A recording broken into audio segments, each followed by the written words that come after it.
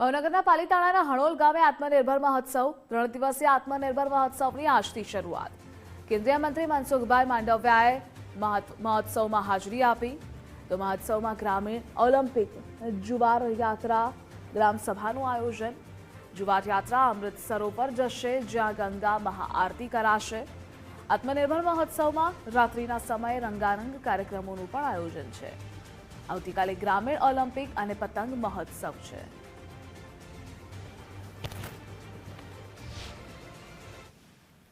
આત્મનિર્ભર હણોલ ગામ જે મહોત્સવ છે તે મહોત્સવમાં ચોક્કસથી કહી શકાય કે 3 દિવસનો કાર્યક્રમ છે અને આજથી જે પ્રારંભ છે તે થઈ ગયો છે।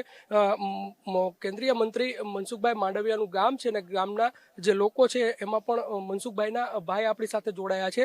તુલસીભાઈ, શું કહેશો ગામ માટે કનોરો ઉત્સવ ગામ માટે તો આત્મનિર્ભર ગામ અમારું હણોલ આજે 3 દિવસ કાર્યક્રમ શરૂ થવા જઈ રહ્યો છે અને આજે પહેલા દિવસનો કાર્યક્રમ અમારે આજે બપોરથી કાર્યક્રમ શરૂ થવાનો છે। અત્યારથી હાલ મહેમાનો આગમન થઈ રહ્યું છે।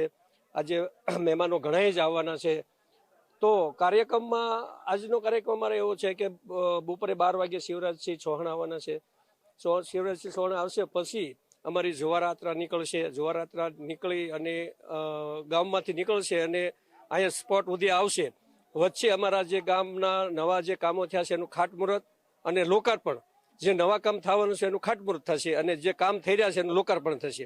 ત્યાંથી પછી જુવારયાત્રા લઈને અહીંયા આવશે। પછી અહીંયા જુવારા દીકરીઓ લઈને આવશે એટલે એમને અમારું આખું જે જુવારામાંથી આત્મનિર્ભર ગામ હણોલ એવું જુવારામાંથી લખાશે। પછી ત્યાંથી કાર્યક્રમ શિવરાજસિંહ સાહેબની પીચ આપશે। ત્યાંથી જુવારયાત્રા અમારી અમૃત સરોવર જશે। અમૃત સરોવર મહાઆરતી ગંગા આરતી થશે। અમારું અમૃત સરોવર છે ત્યાં 33 નદીઓના નીર પધરાયો છે એટલે અમારું પવિત્ર અમૃત સરોવર છે। તો એમની અમારે સાંજે 6 વાગે ગંગા મહાઆરતી આજે થવાની છે। તો આજનો સમય એક દિવસ તે પૂરો થશે। બીજા દિવસે સવારમાં પતંગ ઉત્સવ અને રમતગમત ઓલિમ્પિક જે ગ્રામીણ રમતો હોય તે એ બધી આજુબાજુના ગામમાંથી ભાવનગર જિલ્લામાંથી આવવાના છે। તો એ લોકો રમશે, બિગફેટ થશે। પછી એનું જે વિજેતા થશે એમને અમે મોમેન્ટોથી સન્માન કરવાના છીએ।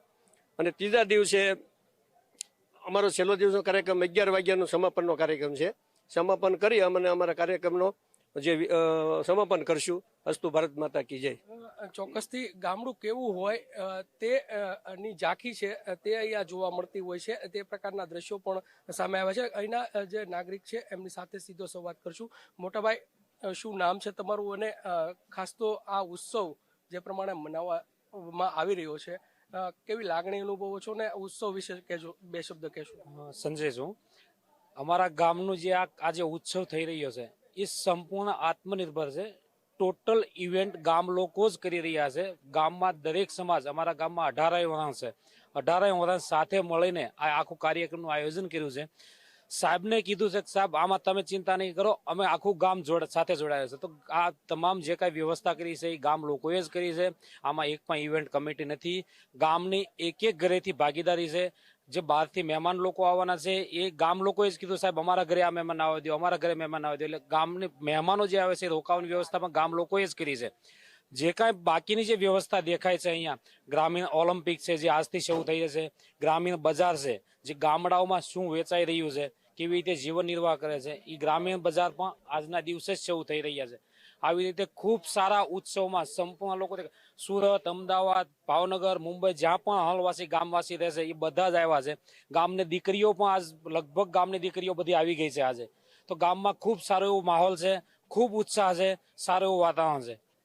ચોક્કસથી આજથી જે પ્રમાણે આ 3 દિવસીય કાર્યક્રમ શરૂ થયો છે તેને લઈને સમગ્ર ગ્રામજનોમાં ઉત્સાહ છે, પરંતુ સમગ્ર ભાવનગર જિલ્લામાંથી પણ જે લોકો છે તે લોકો આત્મનિર્ભર હણોલ ગામ એટલે કે ગામડું કેવું હોવું જોઈએ તેની ઝાંખી છે તે આ 3 દિવસીય કાર્યક્રમમાં જોવા મળશે। કેમેરા પર્સન વિજય જાદવની સાથે કુણાલ બારડ, ગુજરાત ફર્સ્ટ, ભાવનગર।